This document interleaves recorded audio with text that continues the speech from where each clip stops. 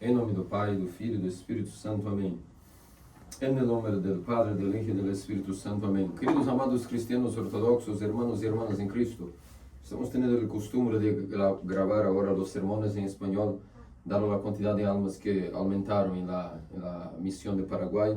También las personas, la gente de México, que también están confiando en nosotros, algunos de tal manera que es prudente junto con la gente de Guatemala que hablemos en un tipo de lenguaje que todos pueden asimilar, y tengo certeza que los brasileños con un poquito de esfuerzo podrán también entender lo que queremos decir. Así que llegamos, queridos amados cristianos ortodoxos, en las puertas del arrepentimiento, las puertas del gran ayuno, de la gran cuaresma. Y nuestros santos padres han determinado que en este domingo que antecede el lunes de la limpieza, o sea, el día dedicado al empiezo de los 40 días de la cuaresma, que este último domingo, que comúnmente es llamado domingo de la abstinencia del queso, o domingo del perdón, ¿no? Que conmemoremos nuestros primeros padres, Adán y Eva, que fueron expulsados del paraíso de las virtudes.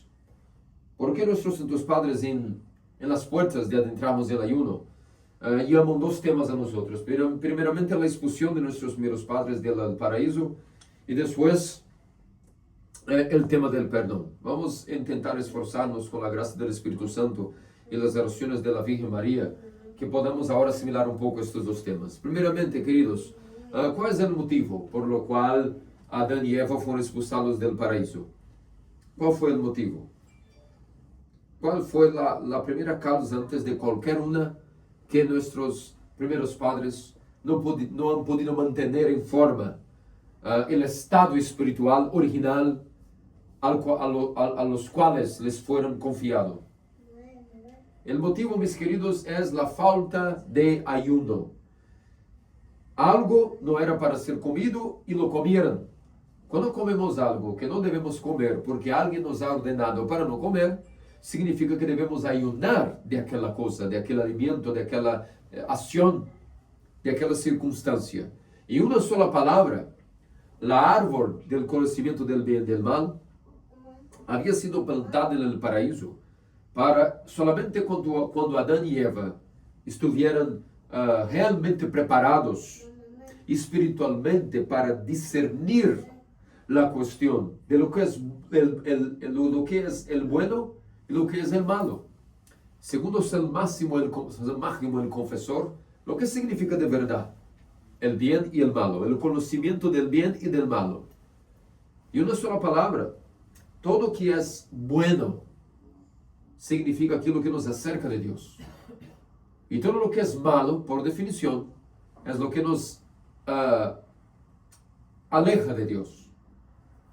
Às vezes, alguma coisa parece dura de encarar. Às vezes, alguma coisa tem dolor. Às vezes, alguma coisa tem sacrifício. E não é por isso que isto é malo. Se é algo que nos acerca de Deus, aunque tenha dolor, aunque tenha sofrimento, é bueno. Porque a definição de bueno e malo, bien e mal, significa acercarse ou não de Deus. Às vezes, algo é prazeroso, atractivo a nuestros ojos, como el mismo deseo de conocer, de tener conocimiento, los placeres de la vida, la falta de control, muchas veces es interpretada como libertad para la gente que no tiene la ciencia de lo que es verdaderamente el bien y el mal.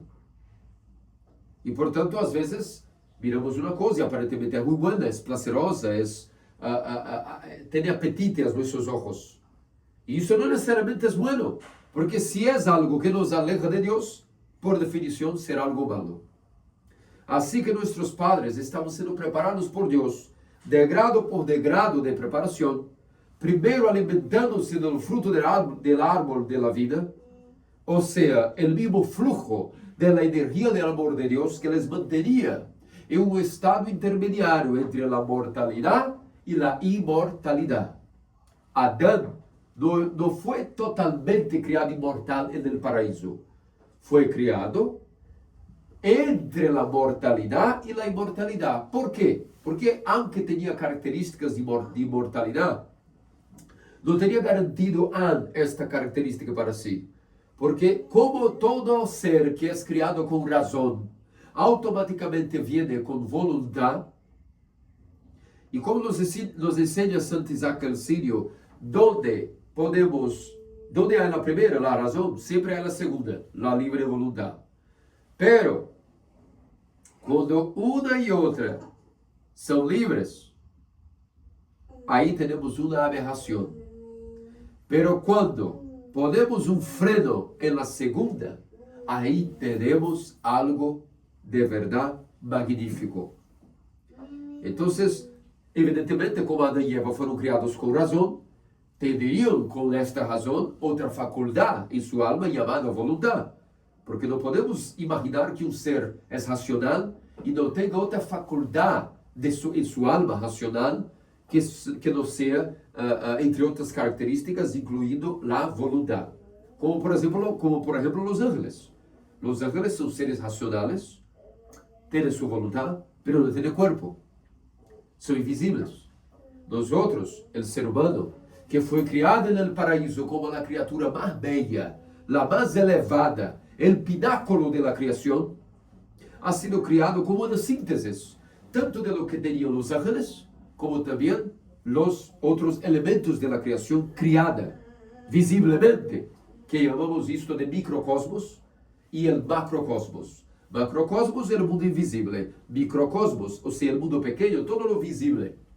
E quando os ángeles miraram que o homem foi criado à imagem e semelhança de Deus, possuindo uma síntese em si mesmo, como um pináculo de toda a criação, ou seja, que tem em si mesmo a razão, porque se tem alma, uma alma racional, segundo a espécie humana, uma alma racional, com livre vontade e outras, todas as faculdades da alma, pero também que teriam matéria, teriam corpo, moléculas, células involucradas com os elementos da criação, todo sintetizado no corpo do homem que foi hecho de humus. Que significa humus?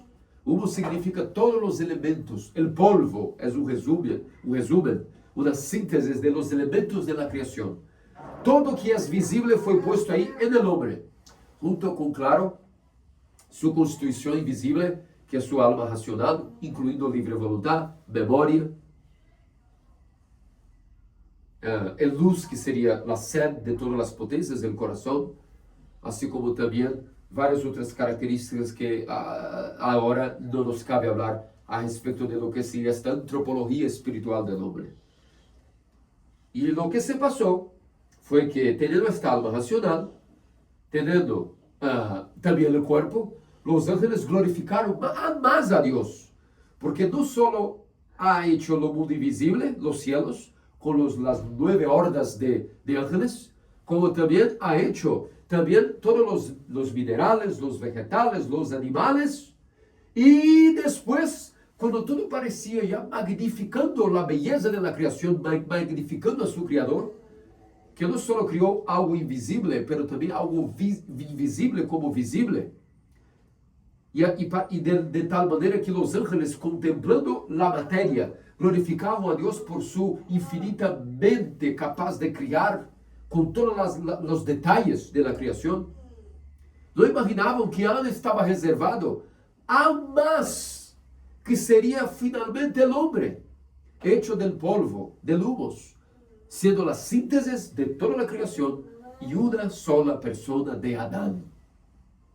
E portanto Adão foi colocado como rei no paraíso e rei de toda a criação, governando e presidindo toda a criação. E depois foi dado uma companheira chamada Eva. E de aí poderiam ter acesso livre à árvore da vida, que significa o fluxo do amor de Deus, de sua energia criada, mantendo-los em comunhão com Deus. E quem está em comunhão com Deus, por natureza, tem imortalidade, pero não garantida.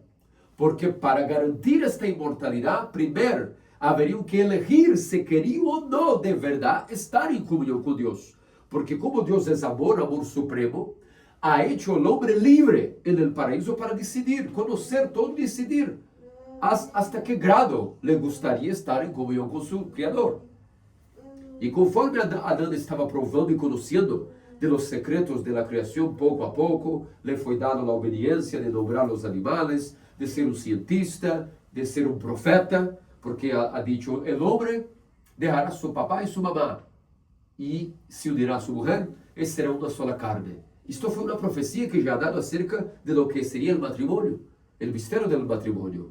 Entre muchas otras cosas que los santos padres como Clemente de Alejandría y tantos otros, San Máximo el Confesor, Gregorio Palamas, ellos eran tan santos que contemplaron, no por la razón, sino que por encima de contemplación, han mirado los misterios hasta tanto cuanto hombre pueda comprender. A nosotros, los miserables pecadores, a nosotros no podemos imaginar toda la situación de lo que era o no el paraíso. Por ejemplo, los santos padres como Gregorio, a veces mencionan que quizás Adán haya permanecido 6 horas en el paraíso. Otros alegam que puede ter sido 6 años. Otros alegam que puede tener sido 6 días. ¿Dónde sacaban estas inspiraciones? A través de sus teorías, o sea, de la comunión que tenían con Dios. Por algo, iam compreendendo poco a poco estos misterios. A nosotros, al revés de quedar muy apegados a estos discernimientos tan por encima de nuestro intelecto, mejor quedar con el básico, con la doctrina, lo que la doctrina nos dice a respecto de lo que era esta realidad. Que vivían Adán y Eva felizes, benditos y felices, en el paraíso de las virtudes. Como leíamos hoy en los textos de la víspera, en el lugar de dicha, o sea, en portugués, de felicidad. No había tristeza, porque no había pecado. Só hay tristeza cuando hay pecado. No había pasión, porque estaban en comunión con Dios, y esta energía criada les mantenía inmortales en comunión con Dios, pero siempre con la libertad de decidir mantener o no esta comunión.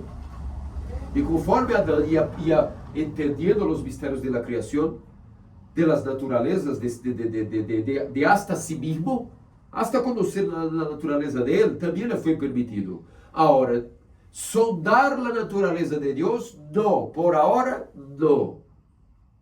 Y comer del fruto del conocimiento del bien y del mal, también no estaba preparado aún. Nuestros santos padres nos dicen que en un futuro, cuando estuviera más maduro, poderia provar do que seria o conhecimento de bem e de mal. Ou seja, entender um pouco a teologia involucrada com o tema de que o que é bueno, independentemente de prazer ou dolor, é o que nos acerca de Deus. E o que é malo, independente de prazer ou dolor, é o que nos leva para lejos de Deus. E ele não estava preparado nestas matérias, era um niño. E, portanto, aí, no ha sido maestro de su voluntad, no ha mantenido el ayuno de esta árbol del conocimiento del bien y del mal, instigado por la serpiente, por su mujer. Todos saben lo que fue el resultado de esta historia, una tragedia. No ayunó del árbol del conocimiento del bien y del mal, comió, y por comer y no ayunar, porque el primer mandamiento del paraíso fue ayunar. Si no ayudares desta árvore, morrerás. Ou seja, que há algum secreto místico involucrado com a capacidade de ayudar que nos mantém imortal. E aquele que não ayuda, muere. Então, há algo místico desde o paraíso de las virtudes que nosso Senhor ha puesto místicamente um poder adentro do ayuno. Quando está ayuno, não é solamente uma dieta, sino que uma livre ofrenda del hombre para su Deus, em respeito a sua ordenança e mandamento, há algo aí que tem uma clave para a imortalidade. E aquele que não mantém ayuno, segundo os mandamentos de Deus, como diz o mandato, morrerá. Então, meus amados cristianos ortodoxos, estamos acá percebendo que comunhão com Deus, ayuno e santidade e imortalidade são coisas que são sinônimos, são homônimos, têm relação. Assim como não ayunar a separación de Dios, desobediencia, pecado y muerte también están relacionados. Es por eso que nuestros santos padres, en víspera de la cuaresma, del gran ayuno, nos han puesto el tema de la caída de nuestros primeros padres del paraíso. Porque el motivo fue por no ayunar, y cuando no ayunamos, morremos. Pero no simplemente un ayuno dietético, que está hasta en moda, ayuno intermitente, ayuno disto, ayuno cetogénico. No, estamos hablando de algo mucho más elevado. Un ayuno espiritual que significa una sola palabra: ayunar de nuestra voluntad del hombre caído, ayunar de nuestra voluntad, que siempre está buscando ahora que somos caídos el placer, porque esta fue la consecuencia de como Adán no estaba preparado para comer del árbol que debería ayunar. La serpiente le ha dado un prelest, o sea, una ilusión, una enseñanza que nos causa desilusión espiritual, engaño. ¿Qué fue? Que todo lo que es placeroso necesariamente tiene a ver con estarmos bien. Y todo lo que es doloroso quizás, debemos evitar porque nos hace mal. Negativo. Esto es el hombre moderno mimado. El hombre caído del paraíso está dolente en este discernimiento, y realmente nuestra naturaleza caída, ahora con la dolencia de Adán, que pasa de generación en generación como por una herencia, por herdad, acabamos que nosotros, sin un discernimiento, una catequesis, una enseñanza de un maestro, de un guía, de la iglesia, de los padres, de los apóstoles, de lo que nuestro Señor hasta nos ha dado ejemplo de cruz, y ejemplo de muerte y negación de sí mismo hasta el punto de muerte de cruz. Sin la concepción del cristianismo, todos los seres humanos caídos nacen con esta enfermedad. Están pensando que todo lo que es placeroso automáticamente es algo bueno, y todo lo que es de dolor hay que huir de la dolor y coger para el placer. Pero no necesariamente. Como decía San Marco el Confesor, como hemos dicho, lo que es bueno no es definido por placer ni dolor, sino que, independiente de la circunstancia que nos presente, lo que nos acerca de Dios. Esto es bueno. La definición de lo que es el bien. Y todo lo que es malo es aquello que, aunque sea doloroso o placeroso, aunque tenga cara de algo que sea muy simpático a nosotros, que nos vuelva lleno de empatía o no, no importa. Que sea atractivo o no, si nos aleja de Dios, esto es malo por definición. Entonces, sin la capacidad de mantener ayuno espiritualmente hablando, nosotros estaremos siempre con una enfermedad y no cumpliendo el primer mandamiento desde el paraíso. Por cuanto de la desobediencia a no ayudar, nosotros acabamos por no cumplir ninguno de los otros mandamientos, a los cuales hasta Moisés, como los israelitas estaban con el corazón tan duro, como los seres humanos ya estaban tan perdidos, hasta los mandamientos que estaban en el corazón de Adán en el paraíso, ahora han sido puestos hasta en una piedra, como que si Dios dijera: ustedes que tienen ahora corazón de piedra, que se olvidaron de mis mandamientos, ahora voy a les escribir literalmente, por la letra, para ojalá que no se olviden nunca más. Pero Adán en el paraíso tenía noción de todos los mandamientos en su corazón, en la voz de Dios, que actuaba en su imagen y semejanza de Dios, su constitución humana. Aquel que tiene comunión con Dios sabe lo que es la voluntad de Dios. Como Adán también no era ignorante de que debería por mantener el mandamiento de obediencia, de ayudar de aquel árbol, para lo cual él no estaba preparado antes. Futuramente Dios le daría preparación para discernir acerca del conocimiento del bien y del mal. Y como no cumplió este mandamiento, no ayudó, fue expulso. ¿Por qué? Porque la desobediencia se volvió el pecado, una enfermedad a la cual él fue dado la oportunidad de arrepentirse. Dios no le ha expulsado inmediatamente. Hasta le preguntó a Adán: ¿dónde estás? ¿Qué ocurrió? ¿Qué haces? Y él, en vez de decir: mi Señor, mi Dios, no sé, algo está extraño. Algo en mí ha cambiado. Me siento diferente. Ayúdame, explícame. No.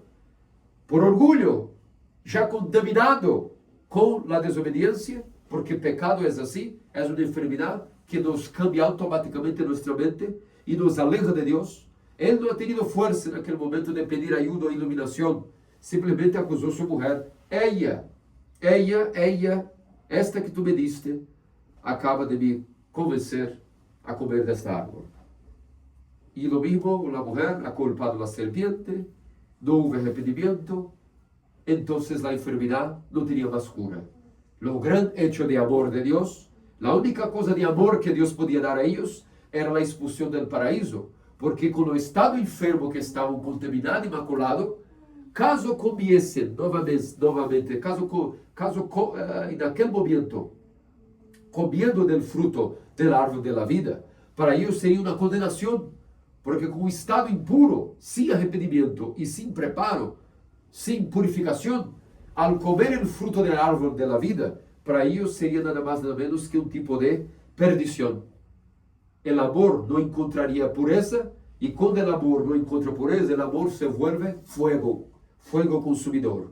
Y como Dios no quería que Adán se perdiera, pero que se convirtiera y pudiera ser salvo, la medida de amor fue expulsar del paraíso, rompiendo el acceso al árbol de la vida a través de un querubín con espada de flamejante, por amor.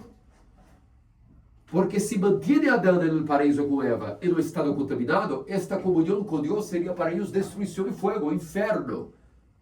El infierno tenía sido establecido ahí.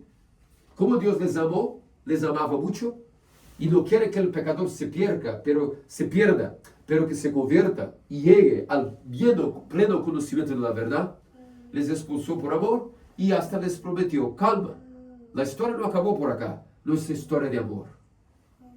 Yo soy amor, yo soy su Dios, yo soy misericordia y compasión. Nuestra historia no acaba por acá. De tu descendencia, mi querido Adán, un día, a través de él, tú también tendrás acceso nuevamente al paraíso a la cual fuiste expulso. Y Adán se sentó delante del paraíso y empezó a llorar cuando percibió lo que había perdido. Por una sola desobediencia, ha perdido toda la felicidad. Y como leemos, pasó toda su vida solozando, llorando, gemiendo. La tradición nos dice que Adán, día y noche, hasta morir, su actividad era llorar. Gemiendo y llorando y solozando. Batiendo con los brazos, los puños en el corazón, intentando hacer que el corazón duro volviera a bombear amor para su Dios. Como quien dice, Señor, corazón duro tengo, pero por favor, tenga misericordia de mí, que soy pecador. Estoy muerto. Este cuerpo ahora es un cuerpo que ya no tiene más la inmortalidad. Ahora soy como un animal, tengo piel. Qué extraño, tengo dolor. Y un día, no solo yo, pero todos mis descendientes van a morir. Pero ten misericordia de mí, que soy pecador. Y así es la historia de la humanidad, como empieza, y de aquí se explica, porque tenemos hermanos y hermanas, dolencias, enfermedades, catástrofes, el caos, no porque Dios nos crió en el caos, es un fruto de nuestra misma naturaleza caída, y el fruto de lo que ahora la creación acaba también gemiendo en dolores de parto, igual que Adán, como nos dice la Escritura. Pero hay una terapia. Hay una solución. ¿Y cuál es la terapia? Así como lo ayuno fue el motivo por lo cual Adán fue expulso, también es a través del ayuno que nosotros tenemos una cura, una terapia para volver al estado original, junto con todos los medicamentos, remedios que los médicos de la iglesia, que es el hospital espiritual, que es el cuerpo de Cristo, el nuevo Adán, nos ha dado a través de su iglesia, de sus misterios, que es el nuevo paraíso, ya en la tierra, la iglesia ortodoxa, donde tenemos acceso a las puertas del paraíso, las puertas reales, que nos dan acceso a lo fruto del árbol de la vida, que es la Eucaristía. Pero eso solo fue posible porque Cristo ha asumido la carne, ha asumido la naturaleza caída de Adán y hasta asumió su muerte. Y cuando asume la muerte de Adán, captura esta muerte, aniquila y asesina la muerte con su muerte, resucita y nos da acceso nuevamente a aquel periodo paradisíaco a lo cual Adán había perdido, pero ahora en la iglesia ortodoxa. E é por isso que estamos acá, em la história, no início de nossa história, e também ao clímax de lo que será nossa recuperação, nossa regeneração, nossa ressurreição. Hoje, estamos em um domingo, em las vísperas de Quaresma, entendendo lo que foi o motivo de la muerte de Adán. Pero 50 dias depois, com os 40 dias de Quaresma, mais a Semana Santa, estaremos na Páscoa, festejando que Adão ha sido liberto agora de la esclavitud, de la muerte, porque um dia Adão morreu e sua alma foi al Hades. E proclamaremos a alegria de que Cristo ha ressuscitado no dia que Adão será resgatado del Hades, que será no dia de Páscoa. E é por isso que nossos santos padres, para ser este paralelo entre a Páscoa e a Quaresma, nos ha dado neste primeiro dia, neste último dia, perdão, antes de Quaresma, a expulsão de nossos padres do paraíso, para que adentremos em las puertas do ayuno, entendendo bem o que significa ayunar. Não é uma questão dietética, não é um mandamento qualquer, é a base de nossa terapia para volver a ter um restabelecimento, assim como a pessoa que necessita fisioterapia, necessita restabelecimento motor ou psíquico, assim também o neural, assim também nós outros, para termos um restabelecimento espiritual, a terapia, a psicoterapia, a espiritual terapia, é através de ayunar. E por isso a igreja estabelece este maravilhoso dízimo al año. ¿Por que dízimo? Porque o ano tem 365 dias, quase 400. Sacamos uma média de 40 dias, inspirados em las 4 dezenas mosaicas, onde Moisés ha quedado recluso 40 dias en el Sinai e mirou a Deus, Deus se revelou a ele, como nosso Senhor também ha santificado estes 40 dias, também ajudando depois de seu bautismo, insuflando em la natureza caída de Adão uma força en el ayuno, para que nós outros agora, participando deste mesmo ayuno, também, digamos que podemos ter acesso a esta força misteriosa que o Senhor ha insuflado em seu ayuno de 40 dias. Ao participarmos desse ayuno, também nós outros ganamos, obtemos esta força mística do ayuno que foi santificado e vivido por o Senhor no deserto de la Judea. Por isso, meus amados cristianos ortodoxos, aqui estão os motivos por os quais devemos ayunar. É vida. Ayuno é vida. Ayuno libera imortalidade. Ayuno detene la muerte e os poderes del Hades que querem cada vez mais nos dominar. Pois bem, agora que sabemos bem a importância do ayuno, que nos atrai vida e nos retene mortalidade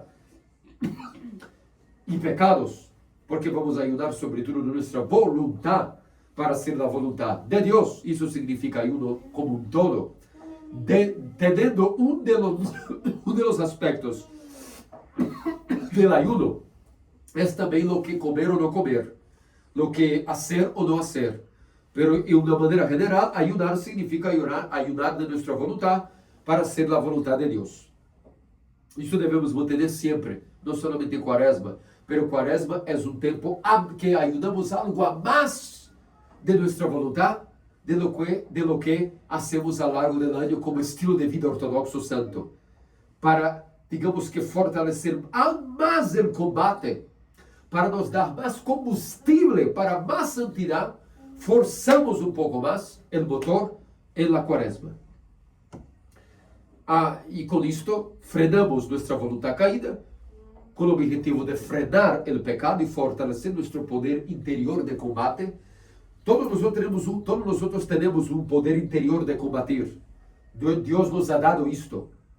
Hasta Adão tinha uma parte de sua alma que se chamava parte irascible. Ou seja, temos poder de combater o mal em nós outros. Pero este poder agora está muito flaco por conta de nossa natureza caída. Para fortalecer este poder de combate, está aí o ayuno. Donde ayuno del pecado, retenemos a muerte em nós outros. El Hades em nós outros e seu poderio. Y atraímos más vida y resurrección, activando, liberando más el poder de bautismo en nosotros a través de la gran cuaresma. Pues bien, ahora viene la pregunta principal. ¿Cuál es la manera única por la cual nuestro ayuno será bendecido por Dios? Lo que hemos estudiado con mucho afinco todos los domingos anteriores. Zaqueu, publicano e fariseu, hijo pródigo, juicio final, para entender cómo podemos iniciar esta maratona, esta corrida, que tiene como final de llegada la Pascua, y hoy el punto de partida. ¿Cuál es el punto de partida? Es el perdón de nuestras deudas a lo que nos han causado daño, mis queridos hermanos cristianos ortodoxos. Nuestros santos padres sempre nos han explicado que, imagine um atleta que vai empezar uma corrida, e ele está todo animado para esta corrida, todo motivado, pero pensando que está correndo, quando passa algum tempo, mira a si mesmo e percebe que seus pés estão atados, desde o empiezo de la maratona. Que significa? Perceberá que todo este esforço que estava haciendo en movimento, por uma distração, não ha percebido que seus pés estão atados e, portanto, não ha evoluído nada no trajeto. Praticamente não ha salido de seu lugar inicial. ¿Por quê? Porque estava com os pés atados. Lo que es que nos deja com este mesmo estado espiritual de querer correr en la cuaresma para ayudar y orar, hacer las prostraciones, oração de Santa Fran, comungar los presantificados, estar más silencio, más oración y más lecturas. Lo que es que de repente nos hace estar con los pies atados es, infelizmente, la falta de perdón a nuestro prójimo por sea lo que sea la ofensa que nos ha causado y lo más difícil, incluindo ahí nuestros enemigos.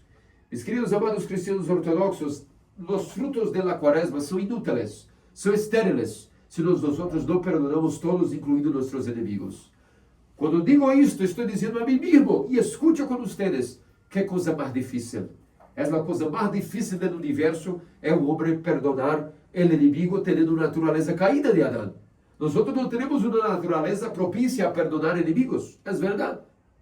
Pero Deus não nos está pedindo algo que agora irá como encontra nossa natureza caída, não. Sabemos que perdonar os inimigos, ao escuchar tal coisa, é algo que vem encontra nossa pele, como rasgando nossa pele, como se fosse por uma lâmina que tem filo ciego, não? Rasgamos nossa carne como com o filo ciego. Isto parece algo áspero a nossa natureza caída. Pero quem dijo que ele perdona os inimigos é algo que Deus está nos pedindo encontra nossa natureza negativa. Isto é algo que está por encima de nossa natureza, algo sobrenatural. É algo que é místico, é de Deus, é um dom de Deus, a lo qual devemos pedir a Ele. Devemos pedir a Deus que Ele mesmo, que ha suportado todas as ofensas, nosso Salvador, e ha perdonado a todos os inimigos, Ele mesmo que assumiu nossa natureza e ha perdonado todos os inimigos, porque em Deus não há rancor, em Deus só há misericórdia e compaixão. Então, participando de seu corpo e seus mistérios, como a confissão e a comunhão, nós confessamos a nossos sacerdotes, confessores e padres espirituais que temos um ódio, um rancor ao inimigo, e confessamos. Porque estamos confessando a Cristo e dizendo, tenho um problema, só você pode resolver, porque isto não tenho força para tal. Então confessamos, hacemos este exercício de hablar, de poder afuera esta llaga, que nos hiere, este aguijón de não perdonar. E então miraremos, hermanos, como a través de la confissão, nosso coração passa pouco a pouco a quedar um pouco mais brando em relação a isto. Porque confessamos e depois comungamos o mesmo Deus que ha perdonado todos os inimigos. E Ele é amor, e comungando de seu amor e misericórdia, vamos abrandando nosso coração.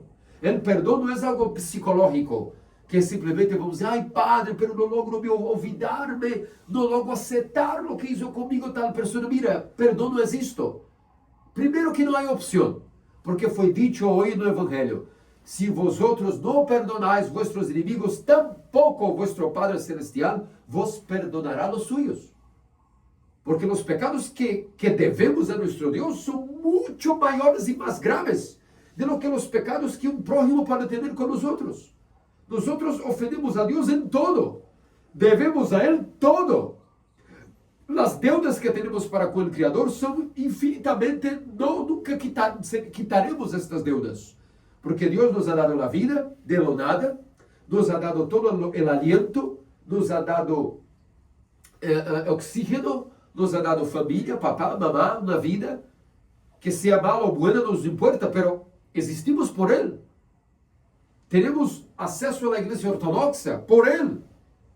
E mesmo assim, imaginemos quantos pecados não acumulamos ao longo dos anos de ofensa a nosso Deus, e mesmo assim Ele nos perdona. Pero só há uma condição que Ele nos pide para que este perdão pueda ocorrer ou não.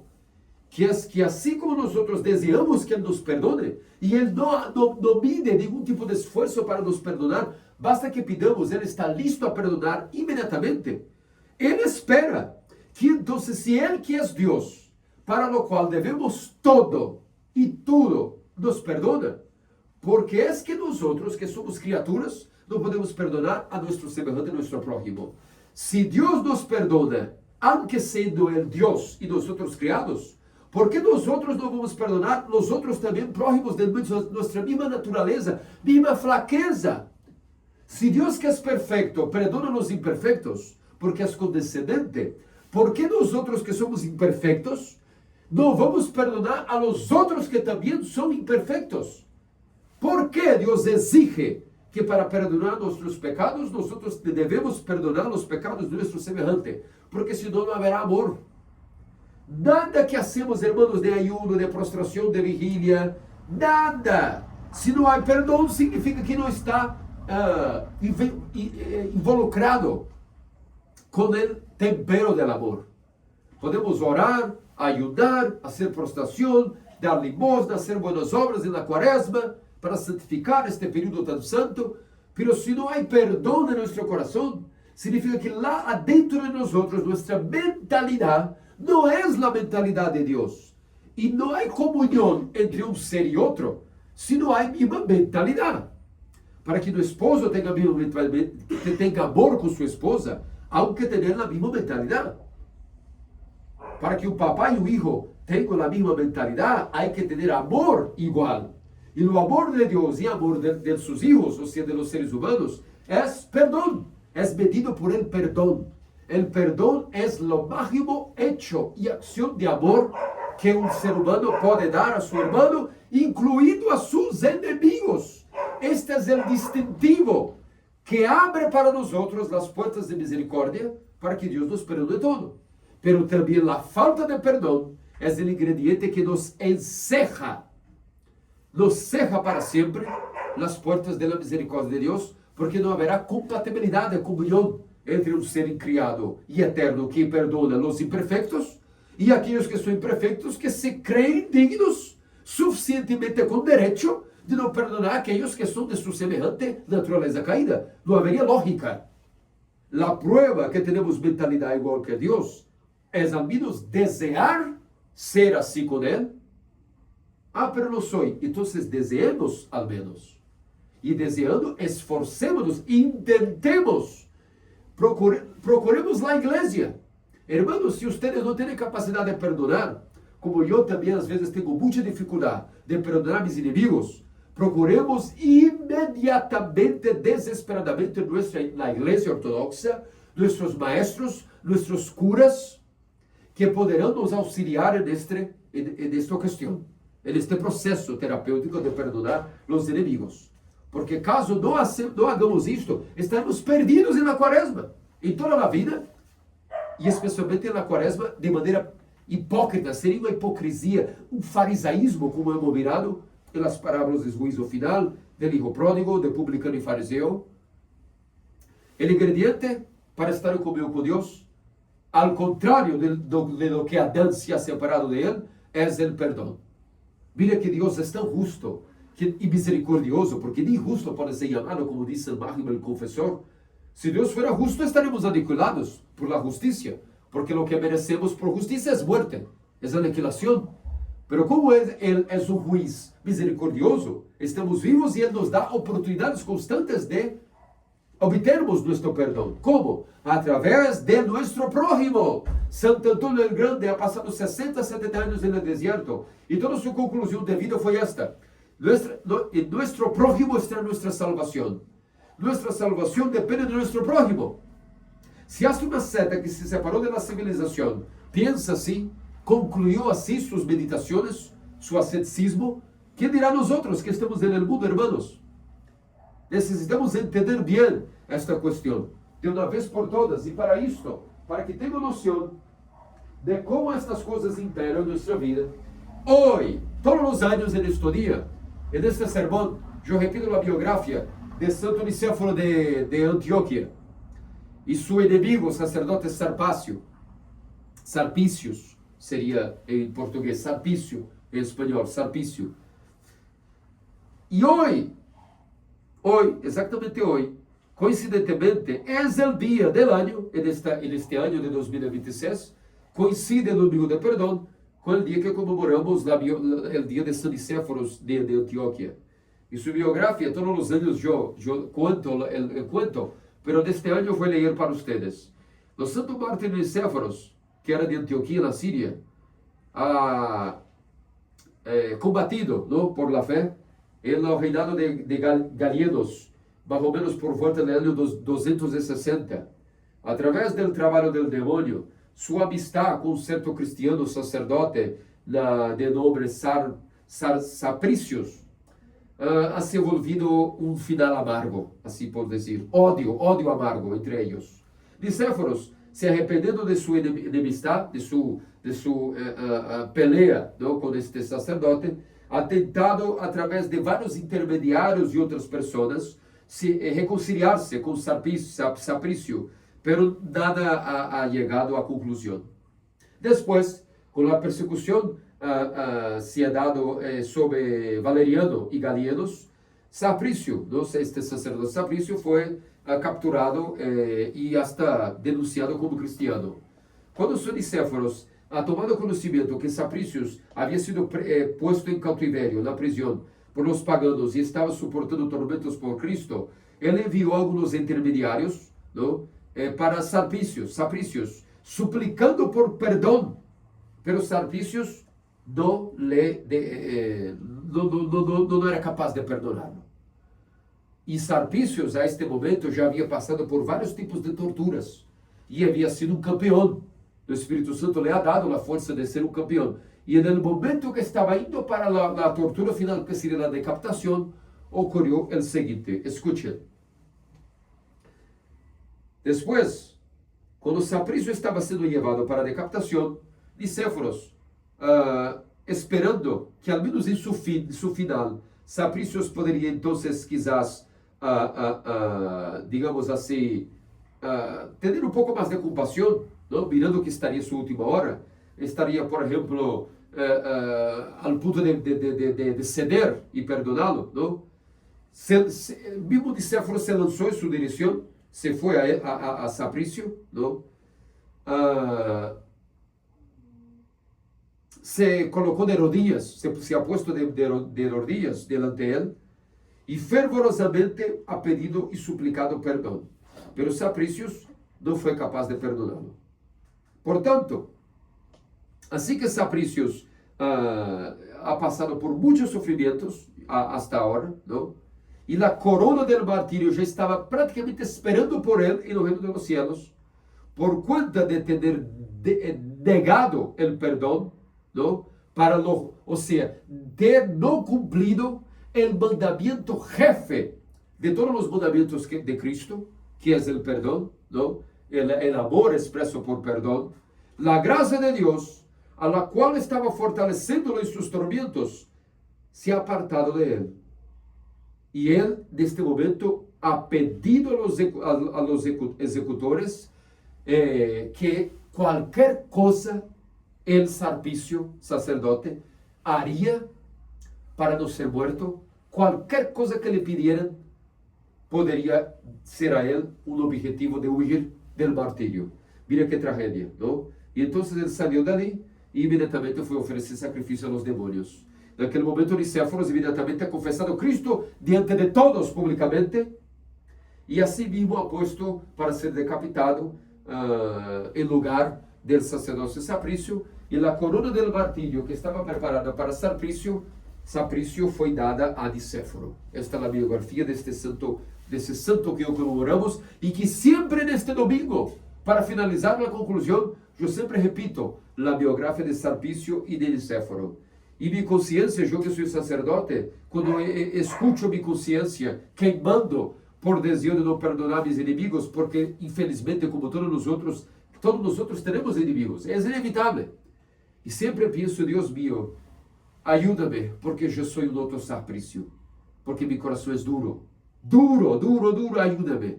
Ajuda-me para que não pueda perder a mínima graça contigo que é tu amor. E é uma oração que devemos levar em sério de verdade, hermanos. Eu hablo por mim e não posso falar por vocês. Eu sei que em mim é difícil perdonar os inimigos. A vocês quizás seja mais fácil. Mas se sendo fácil ou não, nunca desistam. Nunca desistam de lutar por el amor e el perdão.